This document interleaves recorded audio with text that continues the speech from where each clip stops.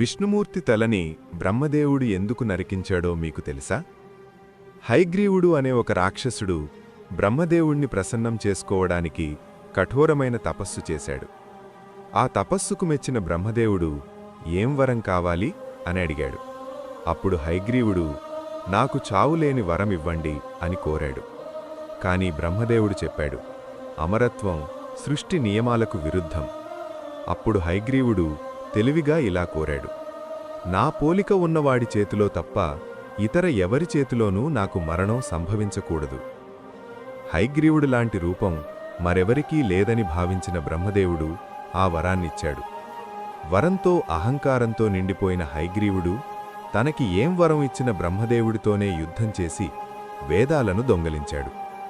దిక్కుతోచని బ్రహ్మదేవుడు ఇప్పుడు లోకాన్ని రక్షించగలిగేది విష్ణుమూర్తే అని భావించి ఆయనను ఆశ్రయించాడు.